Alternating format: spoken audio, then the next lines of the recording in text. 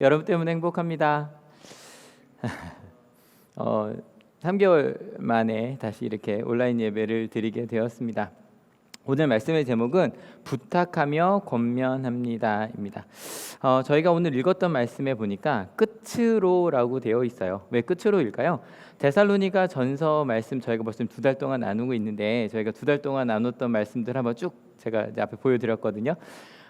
이것만 잘 읽어보셔도 저희가 나눴던 얘기가 좀 떠오르실까요? 먼저 바울의 편지로부터 시작했죠. 그래서 바울, 실라, 디모데가 편지를 썼어요. 어디에? 데살로니가 교회에 썼어요. 그래서 첫 번째, 이게 1장에서 두 번째 이야기가 믿음, 소망, 사랑이었는데, 이거 기억하시죠? 믿음의 행위, 사랑의 수고, 특별히 사랑의 수고는 뭐다? 스스로 베어지는 사랑의 수고 말씀을 드렸고요. 소망은 예수 그리스도께 둔 소망을 굳게 지키는 인내. 실은 여기에 대해서 바울이 데살로니가 교회에게 이야기하고 싶었어요. 그리고 나서 이제 권면하는 방법이라는 주제로 데살로니가전서 2장을 같이 나눴었는데, 이것도 기억하시죠? 바울이 정말 이렇게 했거든요. 그들을 도와줬죠. 왜냐하면 그들이 어느 길로 가야 될지 알려주기 위해서. 그리고 말해주었고요. 그리고 삶으로 보여주었고요. 그리고 그들이 가는 걸 이렇게 지켜보며 같이 가고 있었어요. 어떻게 하더라도, 넘어지더라도. 두 번째, 그러면 권면받는 방법은 뭐였죠? 받아들이는 거였어요. 오늘 말씀도 하나님이 우리에게 주신 말씀입니다. 믿으십니까? 그래서 받아들이는 말씀으로, 그리고 나서 하나하나 따라가는 거죠. 그러고 가다 보니까 뭐가 넓어져요? 시야가 넓어지는 거예요. 그리고 무엇보다 그 하나님의 말씀을 신뢰하며 가는 거죠. 하나님을 신뢰하는 거고요. 하나님이 함께 하시는 걸 신뢰하기에 권면받은 대로 계속 그 길을 걸어갈 수 있는 거였어요. 그리고 이제 데살로니가서 3장, 온갖 환난 가운데서, 지난주 주제가 주님 안에 굳게 서 있어야 한다는 거였고요. 그래서 우리에겐 지켜야 할 빛인데 그 빛은 실은 잃어버릴 수 있다. 그래서 그것에 대해서 실은 하나님께서 우리에게 지켜야 할 빛으로 주신 거, 자유다 그랬죠. 우리가 스스로 우리 삶을 선택할 수 있는 그 자유, 그래서 그 길을 열어주셨고요. 그리고 우리는 하나님께서 그 길을 열어주심을 믿는 것, 그래서 열어주신 길로 걷는 것, 여기까지가 데살로니가전서 3장까지 이야기였어요. 그리고 나서 끝으로 이야기하는 거예요. 그러니까 이제 그 모든 이야기를 다 전하고 나서 데살로니가전서 4장 5장은요 구체적인 부탁과 권면이 들어갑니다. 저희가 권면이라는 주제로 꽤 오래 나눴는데, 그죠? 왜 부탁이라는 단어가 들어갔을까? 왜냐하면 이미 그들은 굳게 서 있는 사람들이었어요. 그래서 칭찬받는 교회였고 잘 가고 있는데, 그래서 거기에 권면이란 단어 앞에, 왜냐하면 권면은 생각을 바꾸는 건데 이미 생각을 바꾸고 가고 있으니까 잘 가고 있는 그들에게 부탁을 한 거예요. 그러면 어떤 부탁을 한 걸까? 같이 읽어볼게요. 준비 시작. 우리가 주 예수의 이름으로 무슨 지시를 여러분에게 내렸는지를 여러분은 알고 있습니다. 이미 알고 있는 이들이거든요. 그들이 어떻게 살아야 되는지 알고 있는 길이고, 머리로만 아는 게 아니라 실제로 삶으로 가고 있는 길이었어요. 정말 대단한 거죠. 여러분, 머리로 결단하고 실제로 하는 게 쉬워요, 어려워요?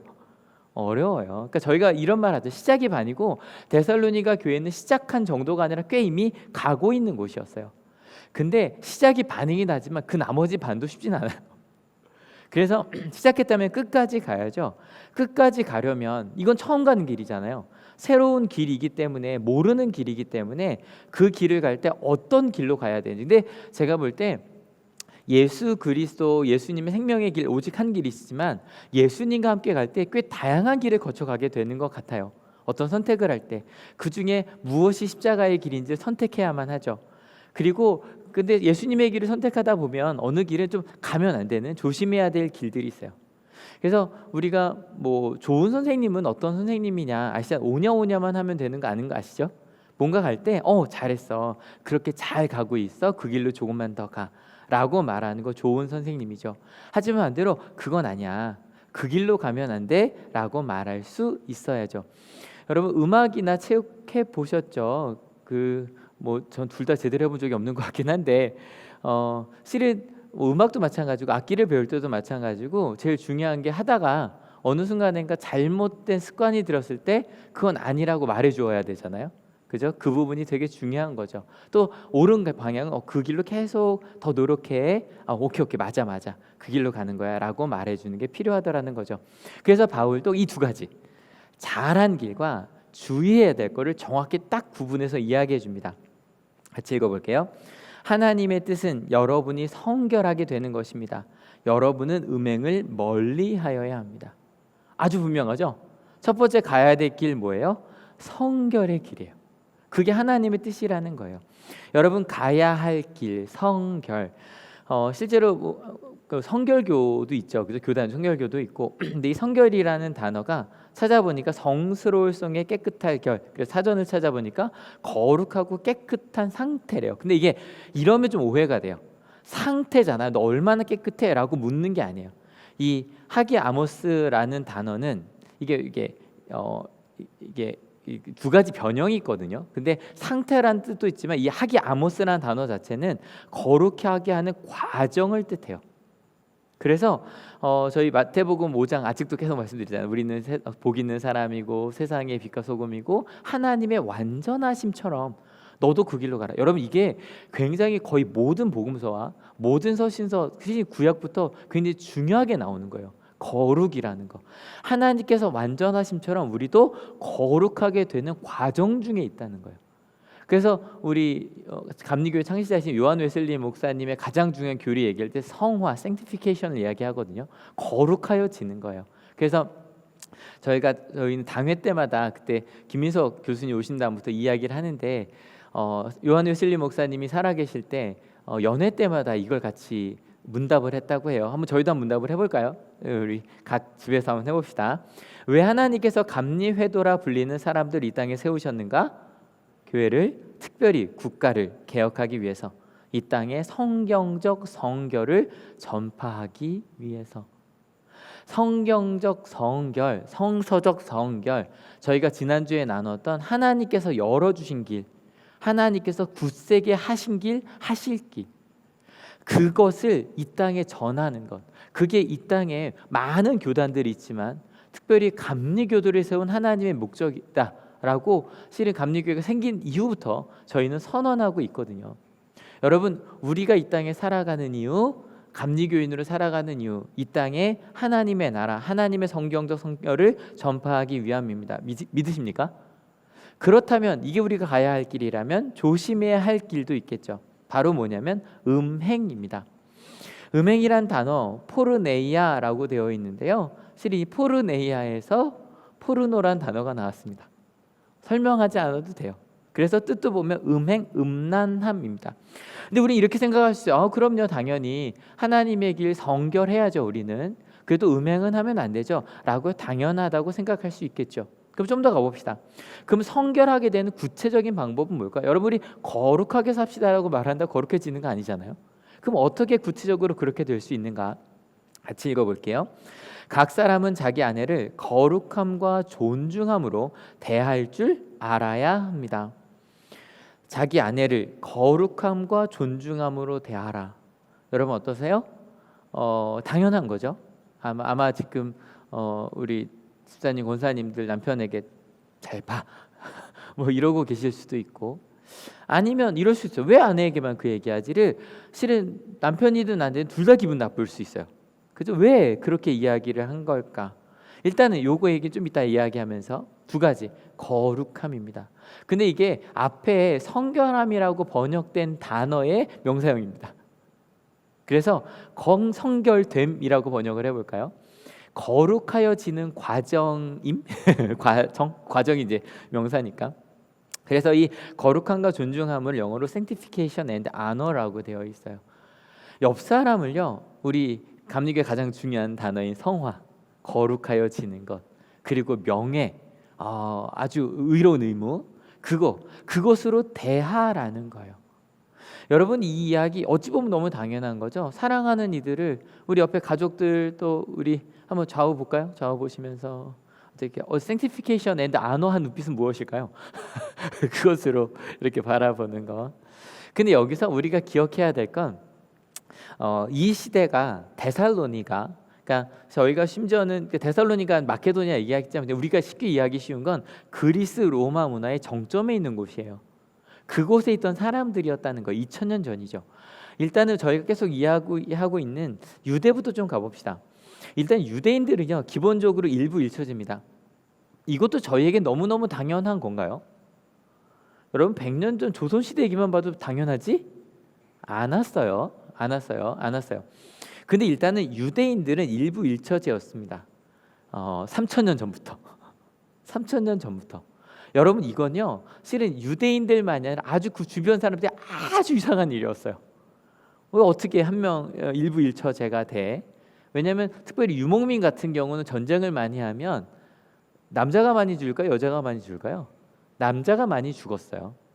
그래서 실은 죽은 내 형제의, 죽은 내 친구의 아내를 같이 돌보는 거, 가족을 돌보는 거, 그것이 유목민의 문화였어요. 근데 유대인들은 달랐어요. 왜냐 하나님께서 그렇게 명령하셨거든요. 그러니까 유대인들은 이걸 잘 지켰겠죠? 아니요, 그 주석에 뭐라고 돼 있냐면 묵인된 일부 다처제라고 돼 있더라고요.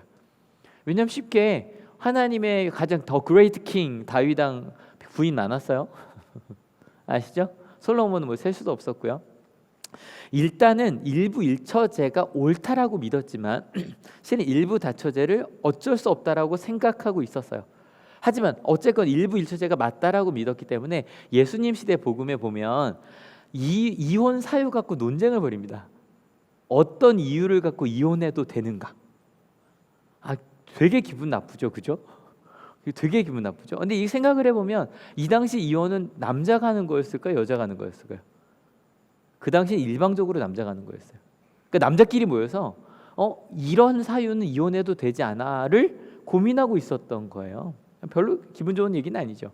그때 예수님께서 뭐라고 선언을 하시냐면 일단은 딱 그래, 이혼 사유가 하나 있다. 바로 뭐냐면 음행이라면, 실은 다른 사람을 사랑하는 사람을 사랑할 수 없으니까 그건 가능하다. 그리고 나서 이제 저도 주례할 때 항상 이야기하는 하나님께서 짝지어 주신 것을 사람이 갈라서 안 된다. 이거를 선언하셨다고요. 근데 여러분 이거 말하자마자 제자들이 뭐라고 반응을 보였게요? 되게 재밌어요. 이렇게 말합니다. 제자들이 한 말이에요. 예수님의 제자들이 그럼 차라리 장가 안 갈래요. 기분 나쁘지 않아요? 왜냐하면 그 당시에 2000년 전에 이혼이라는 걸 남자의 권리라고 생각을 한 거예요. 말도 안 되는 얘기죠.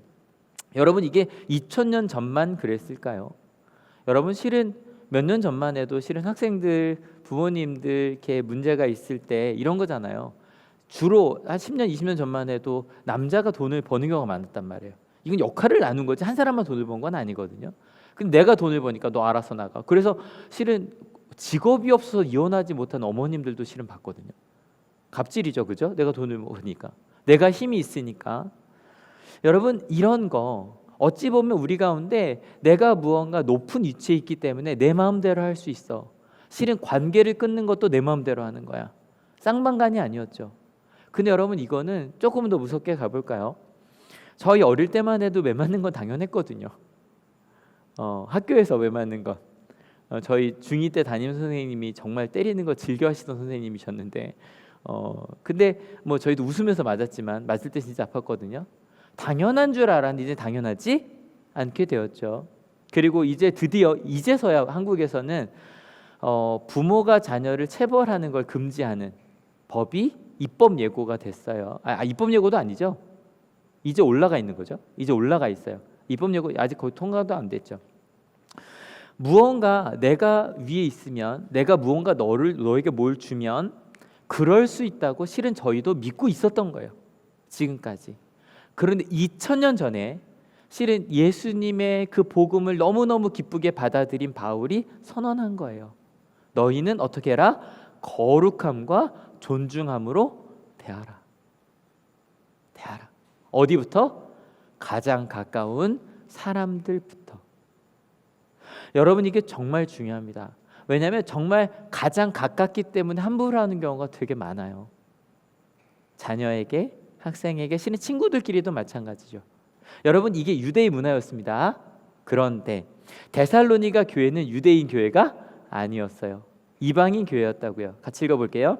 하나님을 알지 못하는 이방 사람과 같이 세욕에 빠져서는 안 됩니다. 그러면 이방 사람들의 문화는 어떠했는가? 뭐 그리스 로마 문화를 저희가 생각해 볼 수 있겠죠. 근데 뭐 간단해요. 남자면, 힘이 있으면 어떤 일을 해도 된다고 믿었어요. 여러분, 이게 학생들도 같이 보는 거라 말씀을 드릴 수 없을 정도예요. 뭐 칼리큘라나 네로나 뭐 여러 가지 이야기가 나오지만 그 당시로는 가능한 일이에요. 힘이 있으면 누구든 건드릴 수 있었고 내 마음대로 할 수 있었어요. 그게 그리스 로마 문화였다고요. 여러분, 그럼 대한민국은 어떨까?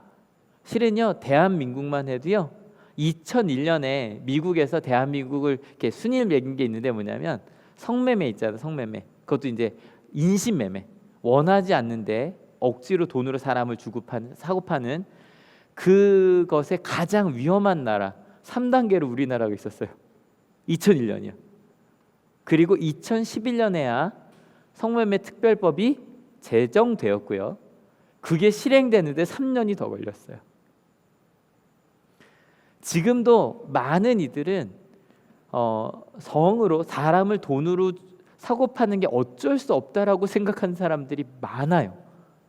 전 군대 가서 그 문화에 너무 놀랐거든요. 여러분, 근데 지금 2000년 전에 이야기를 하는 거예요. 그 이방인들에게. 어찌 보면 우린 상상도 할 수 없는 문화가 당연하다고 믿는 이들에게 너희는 너희 아내를, 너희 가장 사랑하는 그 소중한 사람들을 거룩함과 존중함으로 대하라는 거예요. 여러분, 제가 지난주에 우리가 지켜야 될 빛 중에 첫 번째가 뭐랬죠? 우리가 스스로 선택할 수 있는 자유라고 했잖아요. 근데 재밌는 건 왜 아까 그 제자들이 어떻게 그럼 차라리 결혼 안 할래요? 라고 했던 이유를 뭐라고 생각했냐면 이거 말하기도 그러네요. 내가 결혼할 사람을 선택하고 내 마음대로 내치는 걸 내 자유라고 생각을 했단 말이에요. 그래서 왜 못 그럽니까? 라고 욱한 거예요. 근데 예수님께서 누구의 자유를 지키신 거예요? 보호받지 못하는 사람들의 자유를 지키는 거거든요. 여러분, 자유한 여러분 되시기를 축원합니다. 바울이 분명히 이방인들에게 하나님으로 인해 너희는 자유하다라고, 유대인이든 아니든 자유를 선포했습니다. 근데 여러분, 오랜만에 여쭤보네요. 진짜 자유가 뭘까요? 여러분, 내 마음대로 내 마음대로 잠도 자고 늦잠 자고 학교도 안 가고 일도 안 하고, 여러분 그것도 자유죠, 그죠? 근데 사랑하는 이를 위해 일찍 일어나서 서로를 위해 배려하고 청소하고 심지어는 공부하고 미래를 대비하고, 여러분 뭐가 더 큰 자유예요? 여러분, 내 마음대로 화내는 게 더 큰 자유예요? 아니면 하나님 때문에 내가 용서하려고 노력해? 이게 자유가 마음대로 안 되거든요. 하나님 때문에 사랑하려고 용서하려고 노력하는 것, 여러분 뭐가 더 큰 자유예요? 여러분, 어떤 게 더 큰 자유예요? 분명하죠. 실은 이 온라인 예배도 마찬가지예요. 여러분, 뭐 3, 4월에 얘기 하도 많이 했어요. 벌써 17세기 한 분이 이렇게 이야기를 하셨더라고요. 멈출 수 있는가? 만약 이와 같은 특수 상황에서, 그러니까 전염병 감염이나 이런 경우, 이거를 이분이 직접 얘기한 거예요. 17세기에. 더 큰 유익의 교회의 모임을 금한다면 그에 따르는 것이 우리의 의무입니다. 우리의 일상적 의무는 더 큰 자연적 의무에 양보해야 합니다. 어느 한 주일이나 하나의 모임을 생략해서 더 많은 모임을 얻을 수 있다면, 무슨 이야기예요? 지금 기독교인이 아닌 이들이 우리를 어떻게 보는지 아시잖아요. 하나님을 사랑하기에 우리는 우리가 서로를 사랑하는 게 예배보다 더 중요하다. 하나님을 사랑하는 이들은 이웃을 사랑하기에 생명보다 귀한 이 예배를 멈출 수 있다. 아니, 멈춘 것도 아니잖아요. 뭘 하고 있어요? 온라인으로 예배하고 있거든요. 그걸 선택할 수 있는 게 자유예요. 믿으십니까? 온라인만인가요?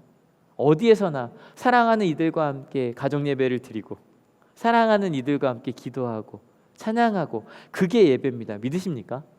그래서 함께 모여 무슨 예배를 하는 거예요? 서로를 위로하며 가야 할 길을 깨닫고 결단하는. 우리는 어디서든 예배할 수 있어요. 그 어떤 것도 우리 예배를 하나님과 하는 관계를, 하나님께서 우리에게 하신 말씀을, 하나님의 은혜를 막을 수 없습니다. 믿으십니까? 그것을 믿는 거. 지금 바울은 그 얘기를 하고 있는 거예요. 조금 더 읽어볼까요? 준비 시작. 또 이런 일에 탈선을 하거나 자기 교우를 해하거나 하지 말아야 합니다. 우리가 여러분에게 전에도 말하고 경고한 대로 주님께서는 이런 모든 일을 징벌하시는 분이시기 때문입니다. 그래서 옆에 있는 사람을 사랑하지 않고 어디까지 가냐면 탈선이라는 말, 분수에 넘어서는 거예요. 내가 하면 안 되는 것들을 하는 거고요. 해야 하는 거, 횡령, 탐심이랍니다. 그냥 상처 주는 것 정도가 아니라 내 걸 끌어모으느라 상대방을 망하게 하는 거, 상대방을 심지어는 상대방에게 해를 주는 거, 그렇게 가는 사람들이 있더라는 거죠. 여러분, 뉴스 보기 겁나서 더 열심히 보고 있습니다. 교회를 통해 심지어는 광화문에 가셨으면서도 가지 않았다고 거짓말한 목사님이 계시더라고요. 여러분, 지금 우리는 그리스도인이 누군지 3, 4월에 했던 예배가 무엇인지 물었다면 이제는 그리스도인이 누군지를 물어야 할 때인 것 같아요. 그리스도인들은 누굴까요? 실은 8월부터 이 고민이 다시 시작이 되었죠. 실은 매번 물어야 되는데 이때서야 묻게 되네요. 아까 미니가 기도하면서 실은 이 시간 우리가 해야 될 일들 다른 것 아니라 우리가 누구인지를 묻고요.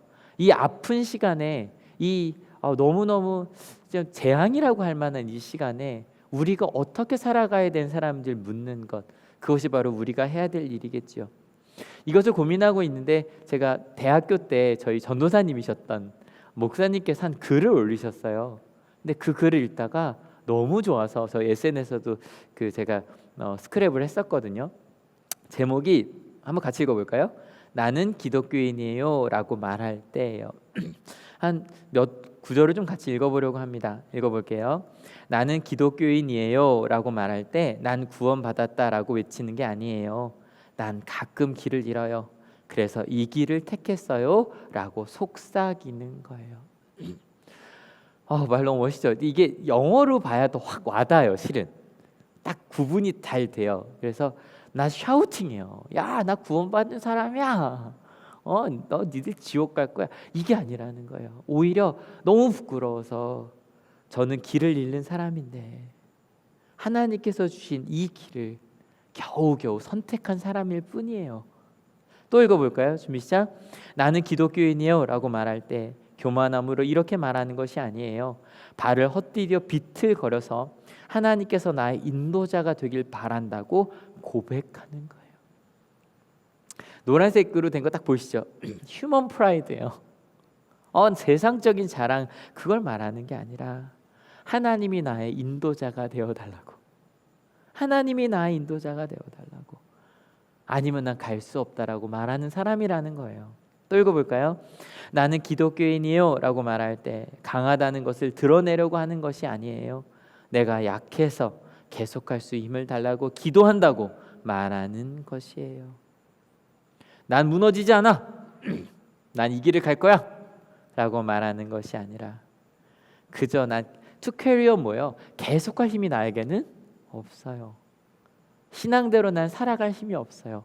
하나님 힘 주세요 라고 말하는 약한 존재라는 거예요. 또 읽어볼까요?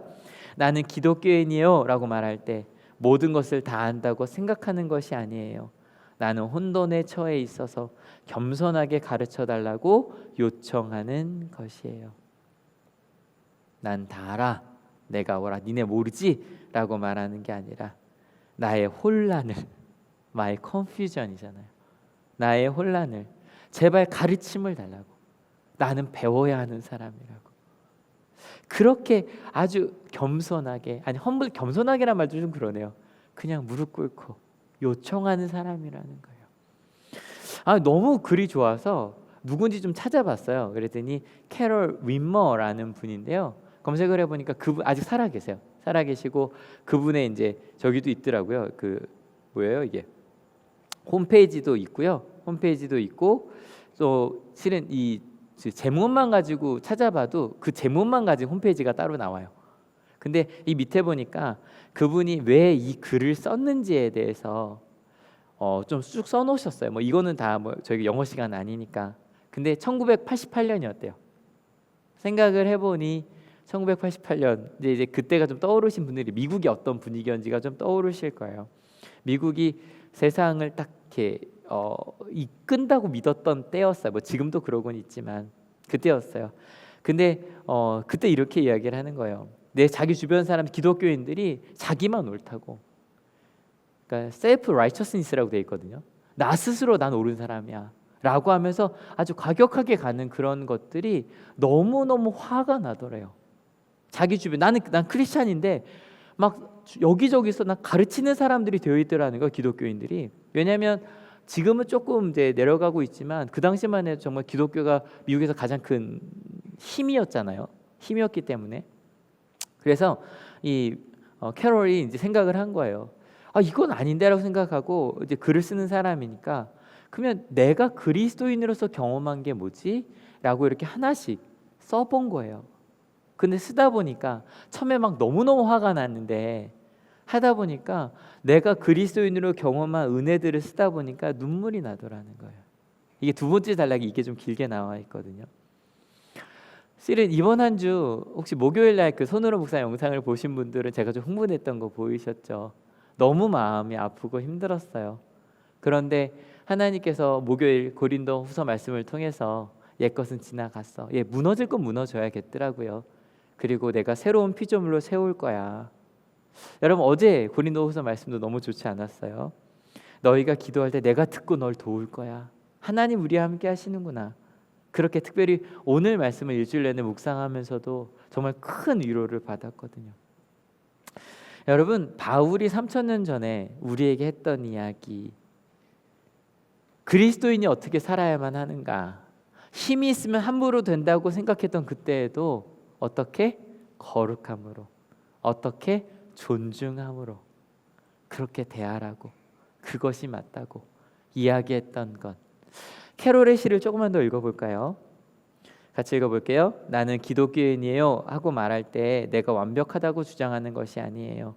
내 결점이 너무나 뚜렷하지만 하나님께서 내가 그럴 만한 가치가 있다고 믿는다는 것이에요.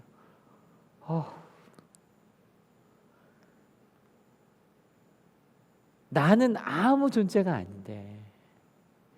요 2주 2달 동안 어메이징 그레이스 얘기 정말 많이 했잖아요. 나는 아무것도 아니다. 하나님께서 아니야 너 가치 있는 존재라고 하나님께서 얘기를 해주신다는 거예요. 또 읽어볼까요? 나는 기독교인이에요 라고 말할 때 나는 뼈아픈 고통을 여전히 느껴요. 내 마음이 아파서, 그래서 하나님의 일을 구하는 것이에요. 아프지 않고 문제없는 삶을 살아가는 것이 아니라 너무너무 하트아크라고 돼 있잖아요. 내 심장이 아픈 거예요. 너무 마음이 아픈 거예요. 그래서 하나님을 겨우겨우 찾고 있는, 그게 내 이유가 되는 거예요. 또 마지막이에요. 읽어볼게요. 나는 기독교인이에요 라고 말할 때 나는 판단하려는 것이 아니에요. 내게는 그럴 권한이 없어요. 내가 사랑받는다는 사실 그 하나만 안다는 것이에요. 어찌하기 위한 것이 아니라 나는 어떠한 권한도 없는 사람이에요. 사람을 판단할 수 있는, 그저 내가 사랑받고 있다는 것만 아는 사람이에요. 여러분 기억합시다. 음행을 멀리한다는 것, 무엇을 이야기하는 걸까? 성결하다는 것, 무엇을 이야기하는 걸까? 바울은 그것을 이렇게 표현했어요. 같이 읽어볼게요. 하나님께서 우리를 불러주신 것은 더러움에 빠져 살게 하시려는 것이 아니라 거룩함에 이르게 하시려는 것입니다. 여러분 오늘 말씀 너무 분명하죠? 거룩함. 그것 오늘 손으로 묵상 쓰실 거죠? 이미 쓰신 분들도 계실 건데 오늘 또 이렇게 이야기하더라고요. 8, 9, 10절인데 8절, 9절 꼭 읽어주세요. 10절만 읽어볼게요. 시작. 근심하는 사람 같으나 항상 기뻐하고 가난한 사람 같으나 많은 사람을 부유하게 하고 아무것도 가지지 않은 사람 같으나 모든 것을 가진 사람입니다. 여러분 그게 그리스도인입니다. 믿으십니까? 오늘 말씀의 주제 부탁하며 권면합니다 였습니다. 앞으로 한 3주 정도 더 부탁하며 권면하는 그 이야기를 들을 거예요. 여러분 첫 번째 좋은 길을 이야기해 줍니다. 근데 여러분 이것도 오해하시면 안 돼요. 가끔 어른들이 또 선생님 학생이 잘하고 있어 라고 말할 때 100% 잘한 거죠? 아니요. 잘 가고 있다는 거예요. 우리가 가끔 하나님께 은혜 받을 때가 있어요. 말씀을 읽다가 예배를 드리다 그리고 오늘 우리를 향한 말씀이야 위로받아요. 근데 그때 우리가 100% 잘하고 있어서가 아니라 그 길로 가면 된다라고 얘기를 해주시는 거잖아요. 그죠? 그렇게 계속 연습해. 어떤 길을 연습하여라? 성결의 길이에요. 거룩하게 되는 것, sanctification, 성화. 여러분 우리는 성화되어 가고 있는 사람이지 성화된 사람이 아닙니다. 무릎 꿇고 기도하며 사랑하기에 노력해야 되는 사람이고요. 사랑하기 위하여 우리의 길을, 하나님께 주신 길을 선택할 수 있는 사람입니다. 믿으십니까? 그렇다면 그 성결의 길은 구체적으로 어떤 길이다? 같이 읽어볼게요. 거룩함과 존중함으로 대하는 길입니다. 여러분, 이번 한 주 이 말씀만 기억하셨으면 좋겠어요. 누구를 만나든지 그래, 거룩함으로, 존중함으로. 내가 예수님을 알기 전에 어떻게 살았는지 아무 상관없어요. 내가 어릴 때 어떤 경험을 했는지 상관없어요. 가끔 말씀드리잖아요. 우리나라에서 남편들은 난 되게 진보적인, 난 되게 깨인 남편이라고 생각하고 아내들은 되게 보수적으로 생각한다. 그 기준이 뭐 때문이다? 남편은 우리 아빠보다 내가 진보적이라고 생각하고, 그 다음에 아내는 드라마 주인공보다 아니다라고 생각한다. 뭐 가끔 농담처럼 하는 이야기지만 실은 우리의 기준은요, 우리 아버지도 아니고요, 옆에 있는 사람 드라마 주인공도 아니고요, 우리는 하나님 예수 그리스도 십자가가 우리의 기준입니다. 믿으십니까? 그 기준으로 우리 거룩함과 존중함으로 가르는 새로운 길을 만들어가는 우리가 됩시다. 우리 특별히 어린 자녀를 두신 분들, 자녀들이랑 또 오랜 시간을 같이 보내게 되시겠네요. 금요일 날 그 지안이 이제 같은 유치원 부모님들이랑 얘기를 하는데 그러시더라고요. 계약한 지 3일도 안 됐는데 다시 방학한다고. 근데 여러분, 내 자녀이지만 하나님의 자녀입니다. 믿으십니까? 어떻게 내 자녀를 사랑할 수 있을까? 어떻게 거룩함과 존중함으로 대할 수 있을까? 우리 같이 기도하며 갑시다. 선생님들, 또 직장에 상사이신 분들, 여러분, 어떻게 우리 아이들을 거룩함과 존중함으로 대할 수 있을까? 동료들을, 실은 직급이 내가 높아서 내가 명령할 수 있는 권한이 있죠. 근데 어떻게 거룩과 존중함으로 이야기할 수 있을까? 여러분, 근데 위만 그런 건 아니죠? 어때, 자녀분들도 해볼 만하시죠? 부모님을 어떻게 거룩함으로, 존중함으로 대할 수 있을까? 우리 학생분들, 또 직장에서 우리 상사를 어떻게 거룩함과 존중하러 갈 수 있을까? 우리 기억합시다. 아니, 찾아봅시다. 같이 나눕시다. 그리고 우리 그 길 갑시다. 주님 안에 굳건히 섭시다. 조심해야 할 길은요, 그냥 그 시의 두 번째 나온 부분인 것 같아요. 나 구원받았어 라고 외치거나, 인간적인 자랑을 이야기하거나, 강해지려고 하거나, 아니면 뭐 자기 성공을 막 자랑하거나, 아니면 다 안다라고 말하거나 생각하거나, 아니면 나는 완전하다고 말하거나, 이런 삶을 바울은 뭐라고 말했어요? 음행이라고 말했어요. 이런 사람들을 분수를 넘어서 남에게 해를 주는 길이라고 이야기했어요. 여러분, 이번 한 주 성결의 길을, 하지만 잘 모르니까 어떻게 가자? 물으며 같이 가자. 여러분, 도전합시다. 한 전도사님께서 너무너무 열심히 학생들 잘 가르치고 있는 전도사님께서 요즘 페이스북이 너무 아파요. 근데 너무 아파요. 그래도 몇 분은 기독교인으로 죄송합니다 라는 글을 올리지만 여전히 똑같이 싸우는 분들은 너무 마음이 아파요. 근데 뭐라고 썼냐면, 제가 더 열심히 하겠습니다 라고 썼어요. 여러분, 성경의 길이 무엇인지 물으며 갑시다. 왜냐하면 같이 다시 문답할게요. 왜 하나님께서 감리회도라 불리는 사람들 이 땅에 세우셨는가? 교회를, 특별히 국가를 개혁하기 위해서, 이 땅에 성경적 성결을 전파하기 위해서, 그 사랑의 길, 존중하며 거룩함으로 대하는 그 길을 우리 가봅시다. 이 찬양 또 가사 계속 읽을 거예요. 시작. 십자가를 내 가지고 주를 따라갑니다. 이제부터 예수로만 나의 보배 삼겠네. 세상에서 부귀영화 모두 잃어버려도 주의 평안 내가 받고 영생복을 받겠네. 여러분, 주변 사람들에게 모든 교회가 그런 건 아니야라고 말하지 맙시다. 왜냐하면 교회적으로 다 함께 모여서 이것이 잘못이다라고 말하지 못하고 있어요. 하지만 우리가 해야 될 건, 지금 우리가 다 능궁하고 있는 게 곤욕은 아니죠. 우리가 잘못한 거니까. 하지만 예수님을 따라 그 사랑하면서 염려할 것 없이 심지어는 사랑하며 주의 품에 안겨서 그 길을 가는 것, 그것이 우리의 길입니다. 우리 그렇게 합시다. 우리 자랑스러운 감리교도로 삽시다. 같이 기도하기 원합니다. 같이 짧게, 여러분 혹시 가족 같이 있다면 옆에 손을 좀 잡으시고 기도할 수 있었으면 좋겠어요. 그 성결의 길, 서로 의미 있네요. 가족끼리 거룩함으로 존중함으로 대하겠다고.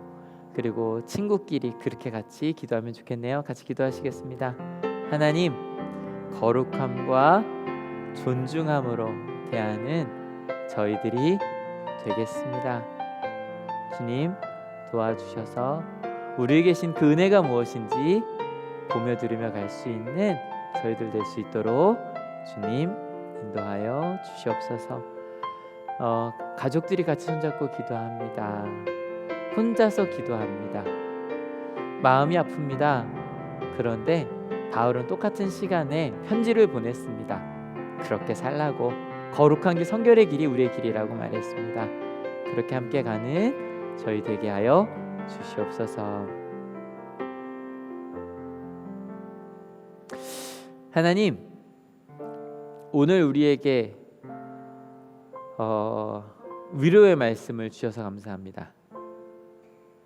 그리고 우리가 어떻게 살아야 하는지 보여주셔서 감사합니다. 성결의 길, 그 길이 우리의 길입니다. 성결의 길은요, 바로 옆에 있는 사람들을 존중함으로, 거룩함으로 대하는 겁니다. 사랑하는 겁니다. 낮아지는 겁니다. 무릎 꿇는 겁니다. 미안하다고 말하고요, 고맙다고 말하고요, 그리고 우리가 할 수 있는 사랑을 하는 겁니다. 정말 이 시간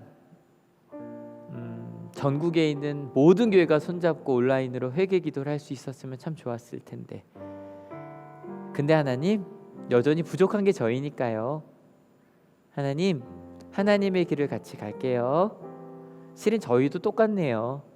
정말 저희가 그렇게 사랑하고 있었는지, 혹시 함부로 말하고 있진 않았는지, 함부로 자녀에게, 함부로 학생에게, 함부로 친구에게, 함부로 부부끼리, 함부로 부모에게 말하고 있지 않았는지, 주님, 회개케 하시니 감사합니다. 그 길을 보게 하시니 감사합니다. 저희 잘 가고 있죠, 하나님? 그 길 더 묵상하며 갈게요. 더 묵상하며 사랑하는 길이 무엇인지 찾아낼게요. 무릎 꿇을게요. 그리고 혹시 우리가 음란한 길을 가고 있다면, 내가 누군가를 함부로 할 수 있다고, 내가 기독교인이라 믿지 않는 사람들을 함부로 할 수 있다고 착각하고 있다면, 하나님, 이 시간 다시 무릎 꿇을게요. 남에게 해가 되는 일을 끼치는 것, 주님께서 분명히 선언하신 것처럼 하나님을 사랑하듯 내 이웃을 내 몸처럼 사랑하는 그런 우리 한올교회가 될게요. 온양 한올 중고등학교가 될게요. 한국교회가 될게요. 대한민국이 될게요. 그렇게 저에게 주신 사명을 이루어 갈게요. 하나님, 특별히 우리 한올 가족 중에 몸이 아픈 분들이 있어요. 사고를 당한 학생도 있고요, 얼마 안 있어 수술을 하는 하나님의 귀한 딸도 있어요.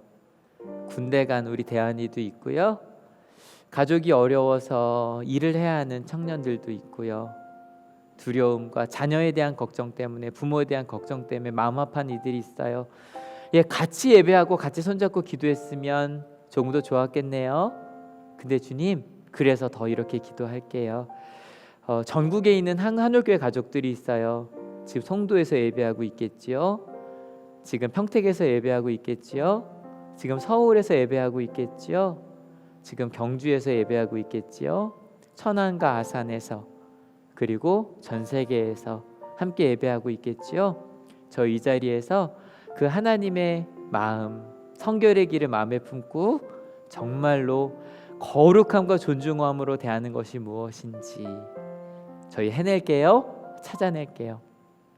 주님, 그렇게 하나님께서 주신 사랑 때문에 사랑하는 이들을, 내 옆에 있는 이들을, 함께하는 이들 모두를 심지어는 함부로 말했던 이들에게 미안하다고 말하고 거룩함과 존중함으로 대하겠다고 결단하는 하나님의 자녀들 머리 위에, 그리고 지금 아프고 두려워하고 있는 코로나19 때문에 걱정하고 있고 실제로 아픈 모든 대한민국과 전 세계의 모든 하나님의 자녀들, 모든 사람들 머리 위에 예수 그리스도의 사랑과 하나님의 은혜와 성령 하나님의 인도하심이 지금으로부터 영원토록 함께 하옵시기를 간절히 축원하옵나이다.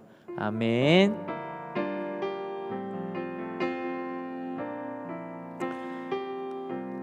예배 마치겠습니다.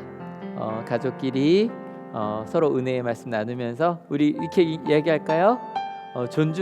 거룩함과 존중함으로 대할게요. 존중함으로 대할게요.